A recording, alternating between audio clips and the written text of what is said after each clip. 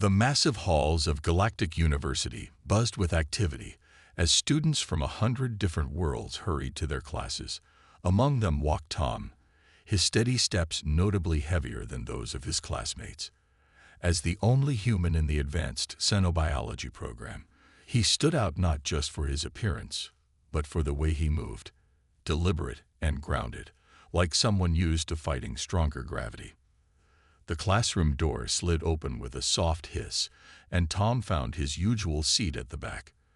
The chairs, designed for multiple species, adjusted automatically to his denser frame. Around him, his classmates settled in, some floating, others crawling, and a few walking on multiple legs. Their bodies reflected the gentle environments of their home worlds. Delicate crystalline structures, gossamer thin skin that filtered nutrients from the air, and lightweight bones that would snap like twigs on Earth. Professor Blue, as the humans called him, since his actual name was unpronounceable, floated to the front of the room.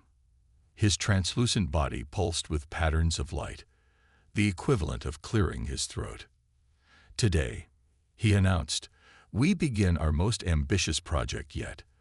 The university board has finally approved our field study proposal. The class rippled with excitement. Field studies were rare, especially for junior year students. Most xenobiology work was done in controlled environments or through simulations. Actually visiting other worlds was usually reserved for graduate-level research. We will be studying, the professor continued, his colors shifting to academic purple, a Class 8 world with remarkable biological diversity. He paused for effect. Earth. The excitement in the room instantly changed to confusion. Several students lifted their sensory organs in surprise. Tom tried to hide his smile as whispers filled the room. But Professor called out a voice from the front row. It was Bright Eyes, a student from a low-gravity gas giant's moon. Her large, luminous eyes blinked rapidly in confusion. Earth isn't even part of the galactic classification system. It's an underdeveloped world. That's precisely what makes this opportunity so unique. Professor Blue pulsed enthusiastically. Earth has recently joined the galactic community, and their educational institute, what they call a university, has agreed to host our research team. We will be among the first academic groups to study their ecosystem up close. Tom watched as his classmates pulled up information screens, their expressions growing increasingly puzzled as they read about Earth. He could see the data floating in their holographic displays, much of it hilariously wrong or outdated. It says here they still have active plate tectonics, muttered Rockwalker, a silicon-based student whose people had evolved on a geologically dead world. The ground actually moves. Regularly. Look at this, Bright Eyes chimed in. Their atmosphere is nearly 20% corrosive gas. How can anything survive? Actually, Tom spoke up for the first time, his voice carrying easily in the worried murmurs. Oxygen isn't corrosive to us. We need it to live. The entire class turned to stare at him. Professor Blue's colors shifted to curious yellow. Ah yes, our Earth student. Tom, perhaps you'd like to share some insights about your homeworld. Tom stood up, feeling the familiar slight strain of the station's lighter gravity. Well, Earth is pretty normal to us. Sure, we have earthquakes, storms, and seasonal changes. But it's nothing we can't handle.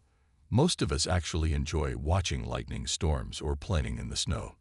Playing in frozen water crystals, gasped a methane-breathing student from the back. But wouldn't that cause severe tissue damage? Only if you stay out too long, Tom shrugged. We wear protective gear when it's really cold.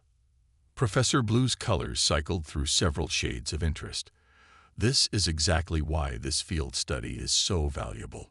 We'll be experiencing these conditions firsthand, under strict safety protocols, of course. The class descended into excited but nervous discussion. Tom could hear snippets of conversation about survival gear, emergency protocols, and evacuation procedures. To them, Earth sounded like a death trap. To him, it just sounded like home. The field study will begin in 3 standard cycles, Professor Blue announced.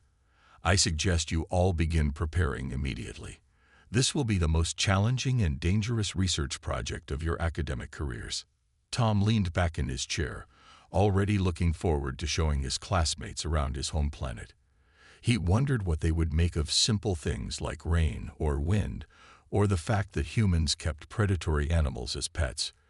This was going to be interesting. The research lab hummed with nervous energy as students gathered around their workstations. 3 days had passed since the Earth Field Study announcement, and the class was deep into their preparation phase.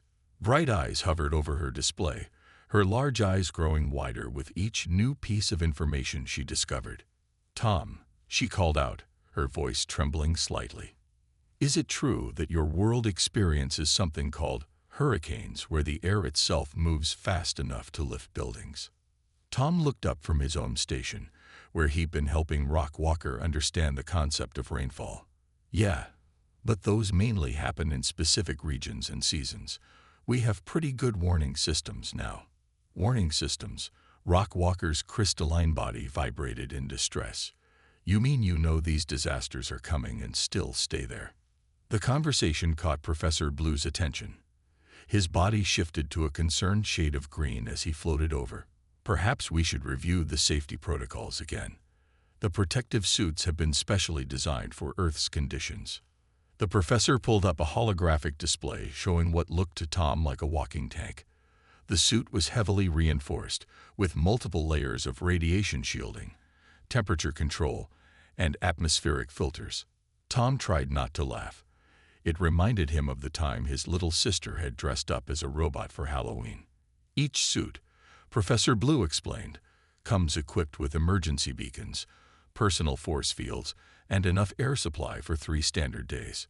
The gravity compensators are particularly important, as Earth's pull is significantly stronger than most of your home worlds."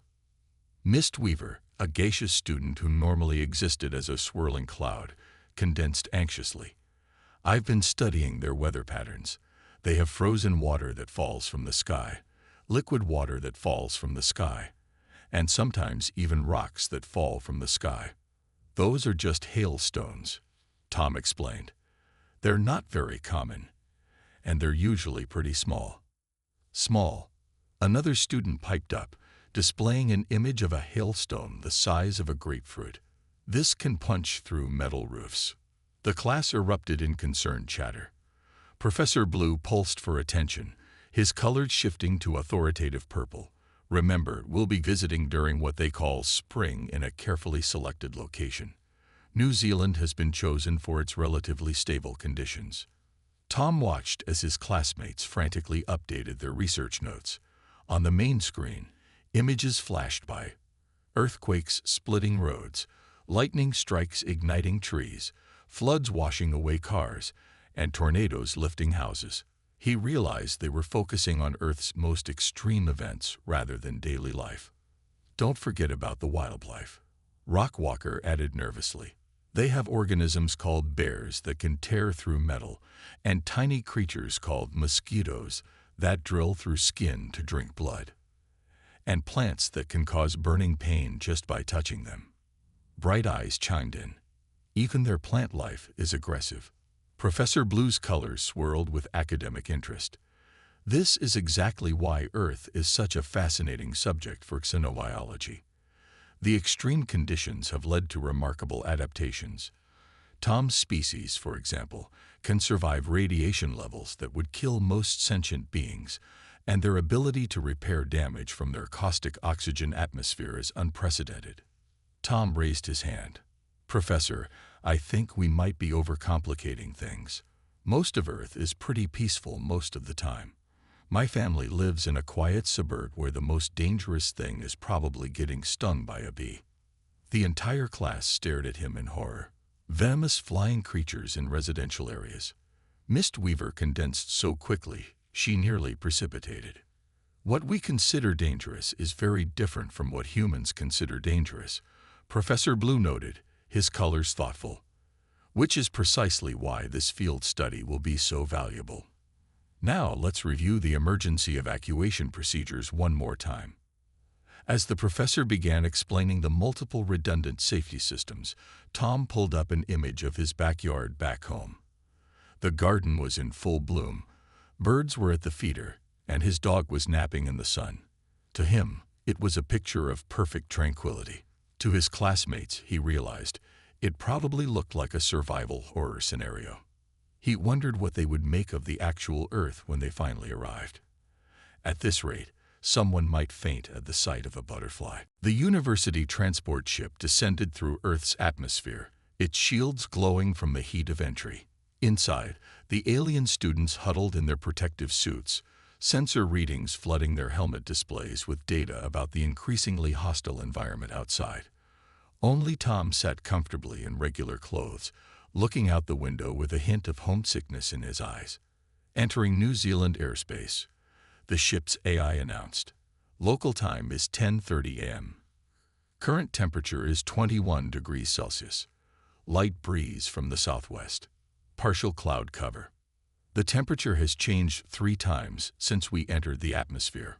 Bright Eyes noted nervously, her suit's gravity compensators whirring as they fought Earth's stronger pull. How do humans cope with such constant variations? Actually, this is pretty nice weather, Tom said, stretching in his seat. Perfect for a walk on the beach.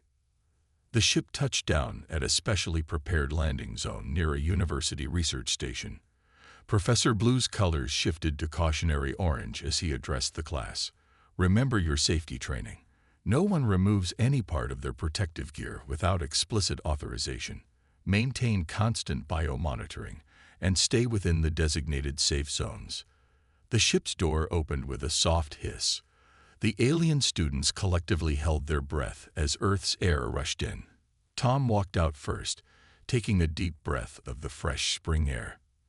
Behind him, his classmates moved with extreme caution, their suits' sensors working overtime to analyze every aspect of the environment. Rockwalker took his first step onto Earth's soil and immediately froze. The ground. It's not stable. There are microscopic movements beneath the surface. That's just grass, Tom explained, pointing to the green lawn. Those are plants. They move in the wind. Wind? Mistweaver's gaseous form swirled anxiously inside her containment suit. You mean the atmosphere is already in motion?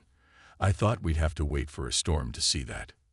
A bird chirped nearby, causing several students to activate their defensive shields. Professor Blue quickly consulted his datapad. That appears to be a common sparrow, a flying creature that, according to our records, is considered harmless. Harmless. Bright Eyes blinked rapidly. It has a sharp beak, claws, and can move in 3 dimensions without any technology. Tom watched as a butterfly fluttered past the group. 3 students tracked it with their suits' threat assessment systems, and one recorded it as a potential aerial predator. He was about to explain that butterflies only ate nectar when something even more alarming happened. A cloud passed in front of the sun. Emergency. Rockwalker vibrated in panic. The star's radiation has been blocked. Are we experiencing an extinction event? It's just a cloud, Tom said soothingly. It happens all the time. Look, it's already passing. The sudden change in lighting had sent the class into a frenzy of environmental readings and safety checks. Professor Blue pulsed for attention, his colors a calming blue. This is exactly why we're here, to experience and understand Earth's dynamic environment. Remember, humans live their entire lives in these conditions. A light breeze picked up, rustling the leaves in nearby trees. The alien students watched in fascination and horror as the entire landscape seemed to move in response. Their suits' sensors detected thousands of microscopic particles in the air, pollen, dust, and tiny insects, all swirling in the wind. Tom, Bright Eyes asked, her voice filled with wonder and terror, did you really grow up in this chaos?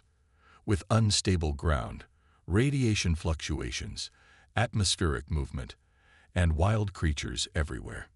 Tom nodded, smiling as he watched a group of ants march past his feet, causing another round of panic when the others noticed the organized micro-predators moving in formation.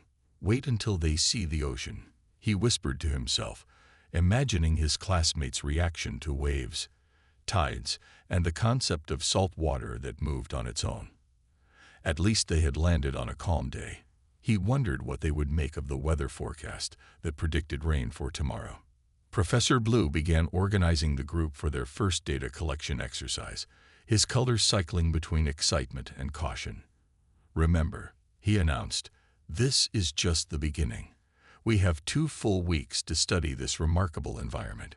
2 weeks that Tom suspected would completely change how his classmates viewed the universe and humanity's place in it. 3 days into their Earth expedition, the alien students gathered in the research station's common room for their evening data review. Outside, the sun was setting, causing another round of concerned measurements as the temperature began its nightly drop. The walls displayed real-time feeds from various sensor stations they had set up around the area.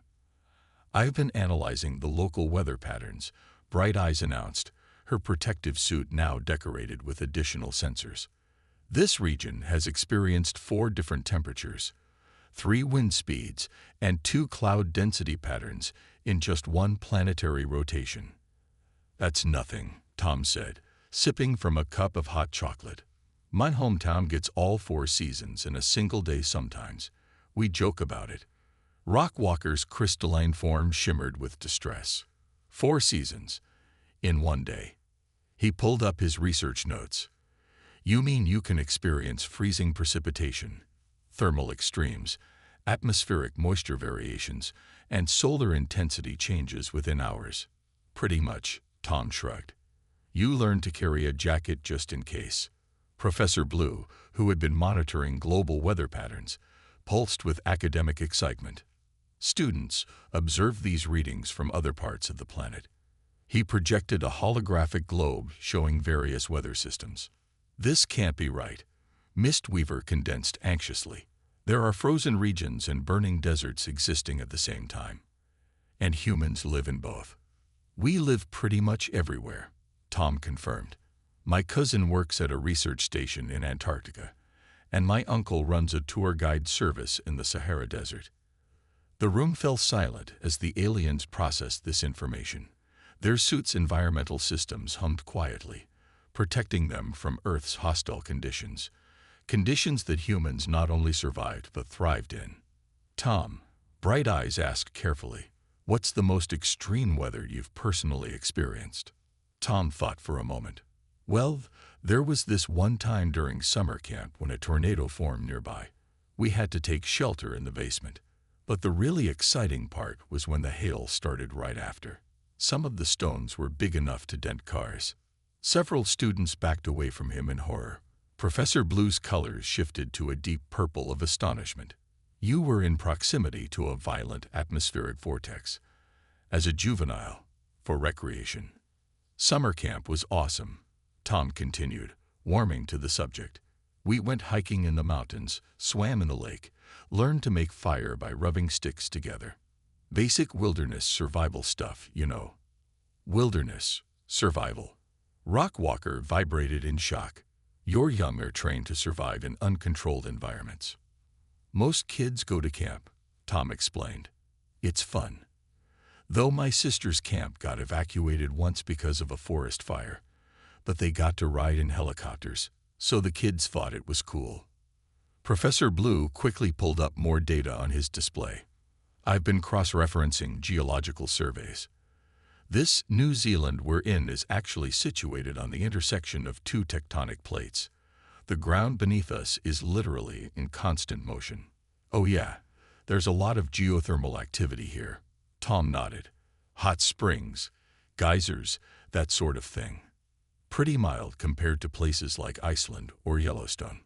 The alien students huddled closer together as they pulled up images of volcanic regions.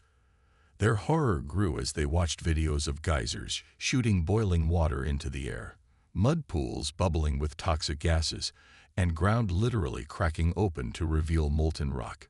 "And humans?" Bright Eyes asked weakly. "They visit these places, voluntarily." "Visit? We build cities next to them." Tom grinned. "Naples, Tokyo, Seattle, all near active volcanoes. Some of the best farming soil is volcanic, actually. Professor Blue's colors had faded to a pale, shocked white. I believe, he pulsed quietly, we may need to revise our initial classification of Earth. This is far beyond a Class 8 world. As if to emphasize his point, a distant rumble of thunder rolled across the sky. The alien students jumped in alarm, their suits' threat detection systems lighting up with warnings. "Looks like we might get some rain tonight," Tom said cheerfully. "Maybe even a lightning show."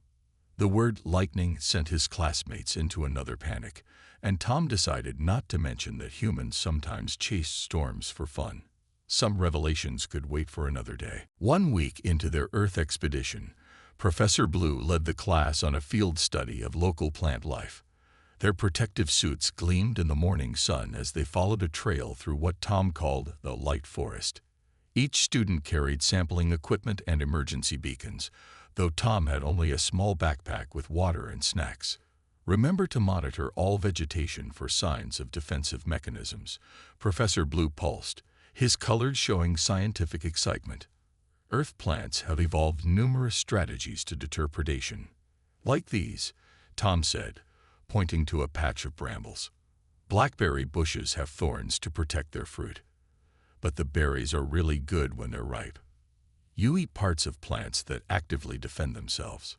Mistweaver swirled incredulously in her containment suit. "How do you know they're not toxic?" "Well, sometimes they are," Tom admitted. "That's why we learn which ones are safe to eat. My mom grows vegetables in our garden, but she also teaches us about poison ivy and deadly nightshade." The aliens carefully documented the defensive vegetation from a safe distance. Rockwalker's crystalline form shimmered as his sensors detected movement above. "The tall plants are moving again." "Just the wind in the trees," Tom explained. "Though we should probably head back soon. Those clouds look like rain." Professor Blue's colors shifted to concern as he studied the darkening sky. "Perhaps we should collect our samples quickly. The atmospheric pressure is changing rapidly." The first drops of rain fell just as they finished their collection. Tom watched with amusement as his classmates' suits registered the incoming liquid projectiles with increasing alarm. The light sprinkle quickly turned into a proper shower. "Emergency!" Bright eyes blinked rapidly as her sensors went wild. "Unknown substance is falling from the sky in increasing quantities. It's everywhere." "It's just water," Tom started to explain, but was interrupted by a flash of lightning, followed almost immediately by a crack of thunder that shook the ground. The effect on the class was instant and dramatic. Rockwalker crystallized completely in shock. Mistweaver condensed into a tight, frightened ball. Bright Eye's suit activated all emergency shields at once. Several other students simply froze in place as their suits' threat assessment systems tried to process multiple simultaneous dangers. "The atmosphere is producing electrical discharges," one student screamed. "The ground is vibrating, and we're being bombarded with dihydrogen monoxide. Class, remain calm." Professor Blue pulsed, though his colors had faded to a terrified pale blue. "Activate emergency protocols and prepare for immediate evacuation." "Wait," Tom called out, raising his voice over the rain. "This is just a normal thunderstorm. It's not even a big one. See, the lightning was pretty far away. We can tell by counting the seconds between the flash and the thunder. You can predict the proximity of atmospheric energy weapons." Bright Eyes asked, her voice a mix of terror and awe. "They're not weapons," Tom laughed, then realized his classmates were genuinely frightened. "Look, I'll show you something cool. Count with me after the next flash." Another bolt of lightning lit up the sky. 1, 2, 3, 4. Tom counted steadily until the thunder rolled over them. "See, that one was about 4 kilometers away. The storm's moving away from us." The alien students watched in fascination as Tom calmly explained storm safety, all while standing in the rain without any protection. To them, he looked like some kind of legendary hero, casually facing down multiple environmental hazards at once.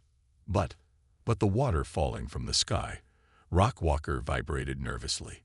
Won't it cause damage? Tom spread his arms and spun in a circle, water dripping from his hair.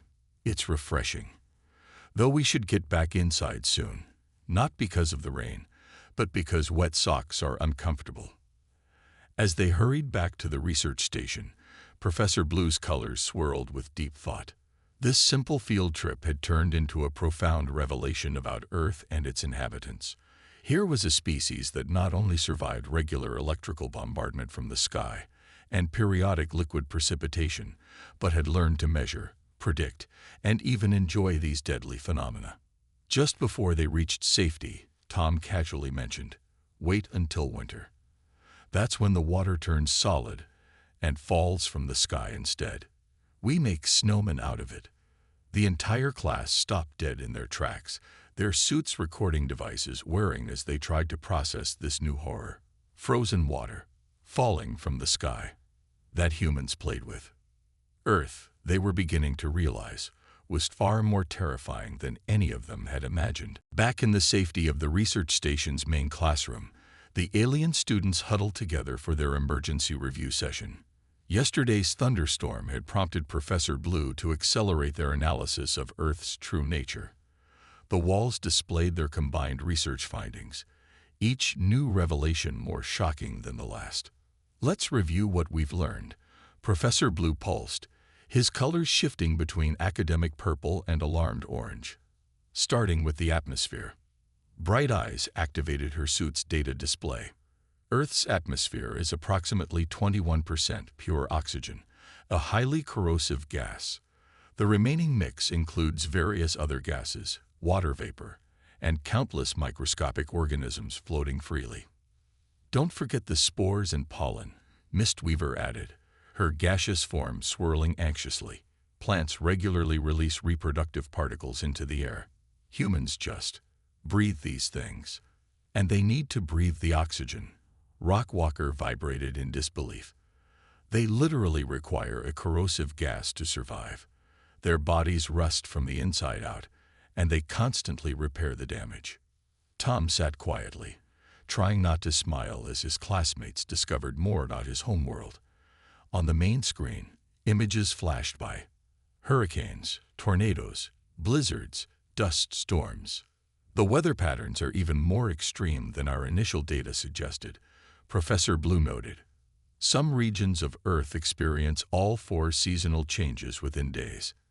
Temperature swings of 50 degrees or more are considered normal in some habitats." Tom, Bright Eyes, turned to him. "Is it true that humans build permanent settlements in areas they know will be struck by massive rotating wind formations?" "You mean Tornado Alley?" "Sure," Tom shrugged. "We have warning systems and storm shelters. Some people even chase the tornadoes for fun or research." The room fell silent as the aliens processed this information. Professor Blue's colors paled noticeably. Moving on to geological activity, he pulsed weakly. "The planet's crust is broken into pieces that constantly move." Rockwalker interrupted, his crystalline form shimmering with anxiety. "The ground itself is unstable. They have entire mountain ranges formed by colliding plates and chains of active volcanoes that could erupt at any time." "The Ring of Fire," Tom nodded. "Some of our biggest cities are built right on it. The hot springs are great for tourism." Professor Blue quickly moved to the next topic before his students could panic further. "What about the biological aspects we've observed?" Mistweaver brought up new images on the screen. Earth life forms have evolved extreme survival mechanisms. Many plants are toxic or have physical defenses. Animals have developed claws, fangs, venomous stings, and powerful muscles. And humans keep some of these creatures as pets. Bright Eyes added incredulously. Tom showed me pictures of his dog, a descendant of pack-hunting predators that humans deliberately brought into their homes. "Dogs are great," Tom grinned, "though my sister prefers cats. They're smaller predators that—" "Please," Professor Blue interrupted, his colors showing strain. "Let's focus on the planetary conditions. Our initial classification of Earth was clearly incorrect. The combination of atmospheric instability, geological activity, extreme weather patterns, and aggressive biology suggests it's a death world. Bright Eyes whispered, not just any death world. Earth might be one of the most extreme inhabited planets in known space. The room erupted in excited discussion. Rock Walker pulled up the Galactic classification system. Look at the criteria for Class 12 worlds. Highly unstable environment, regular natural disasters, aggressive ecosystem, extreme temperature variations. And humans, Mistweaver swirled thoughtfully, not only survive there but consider it normal. They've adapted to use the planet's extreme conditions for everything from energy production to recreation. Professor Blue's colors showed deep concentration. This explains many things about human biology. Their dense muscle structure, thick bones, and remarkable healing abilities aren't just random traits. They're necessary adaptations for surviving Earth's conditions. What amazes me, Bright Eyes blinked slowly, is how they seem completely unaware of how incredible this is. Tom, does it ever bother you that you live on a planet that's actively trying to kill you? Tom considered this for a moment. Not really. Earth's not trying to kill us. It's just doing its thing. We do ours. Sometimes that means building tornado shelters. Sometimes it means surfing giant waves for fun. It's just home. The alien students exchanged looks of amazement. Here was a species that had evolved on one of the most dangerous planets imaginable, and they treated its deadly conditions as merely an interesting backdrop for their daily lives. Professor Blue's colors shifted to a shade of respect none of his students had seen before. I believe, he pulsed quietly, we may need to completely revise our understanding of human capabilities. The Grand Lecture Hall of Galactic University was packed with students and faculty from across the galaxy. 2 weeks after returning from Earth, Professor Blue's xenobiology class was presenting their findings. Their presentation had caused such a stir that the university administration had upgraded it to a special academic event. Bright Eyes stood at the podium, her suit modified to allow better movement after their Earth experience. Behind her, the main screen showed images and data from their expedition. In conclusion, she addressed the stunned audience. We must recommend that Earth be reclassified as a Class 12 death world. The evidence is overwhelming. She gestured to a chart showing various planetary hazards, regular electrical storms, atmospheric toxicity, constant geological activity, extreme temperature variations, and aggressive flora and fauna are just the beginning. Rockwalker stepped forward, his crystalline form still shimmering from the memory of Earth's conditions. The planet experiences multiple forms of precipitation, including frozen water crystals. Regions of the planet can shift between thermal extremes within hours. Some areas are so hot that rocks melt, while others are permanently covered in ice. The audience murmured in shock as Mistweaver displayed footage from their field study. This is what the natives call a mild spring day. Note the unstable ground cover, shifting atmospheric conditions, and freely roaming predators. The screen showed birds flying, insects buzzing, and plants swaying in the wind. Professor Blue's colors shifted to academic authority. But the most remarkable discovery isn't the planet itself, it's the humans. They haven't just survived these conditions, they've thrived in them. They've built civilizations in every hostile environment their world offers. The presentation showed images of human cities: Dubai in the desert, Reykjavik near volcanoes, Singapore in the tropics, Norilsk in the Arctic. Each location seemed more impossible than the last. They build homes in tornado zones, Bright Eyes continued, construct cities on fault lines, and establish settlements near active volcanoes. They dive into the pressure-crushing depths of their oceans and climb mountains so high the air becomes too thin to breathe. And they do this, Rockwalker added, not just for survival or necessity, but often for what they call fun or sport. The audience gasped as they showed footage of human recreational activities: surfing, skydiving, rock climbing, whitewater rafting.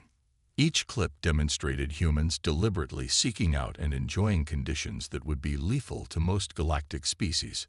Tom sat in the front row, trying not to laugh at some of his classmates' more dramatic descriptions of Earth activities. He had helped them with their presentation, though they had insisted on keeping him out of the protective suit footage. Apparently, seeing a being walk around unprotected in Earth conditions was too shocking for general audience viewing. But here's the most crucial revelation. Professor Blue pulsed with academic excitement. The region we visited, what humans call New Zealand, was specifically chosen for its mild and stable conditions. It is considered one of the safest and most habitable places on Earth. The lecture hall fell silent as the implications sank in. If this was Earth at its safest, what were the more extreme regions like? Tom stood up, walking to the podium as the final part of their presentation. The audience stared in wonder at this being who had evolved in such hostile conditions. Some shifted away nervously, despite knowing that the lecture hall's environment was completely different from Earth's. What my friends have shown you today is just a small sample of what Earth has to offer. Tom smiled. We haven't even talked about our deep oceans, where the pressure can crush most spacecraft, or our Arctic regions, where the sun doesn't rise for months, or our rainforests, where a single square meter contains more deadly species than some entire planets. He paused, looking around the room. But Earth isn't special because it's dangerous. It's special because it taught us to be adaptable. Every challenge our world presented, we learned to overcome. Each hazard became an opportunity. That's not just how we survived. It's how we'll explore the galaxy. The room erupted in discussion as the presentation ended. Professor Blue's colors showed deep satisfaction as he watched his students field questions from the amazed audience. The scientific community would be debating their findings for years to come. And somewhere in the background, Tom was already planning how to explain Earth's oceans to his alien friends. After all, they hadn't even seen the beach yet, and he couldn't wait to tell them about surfing.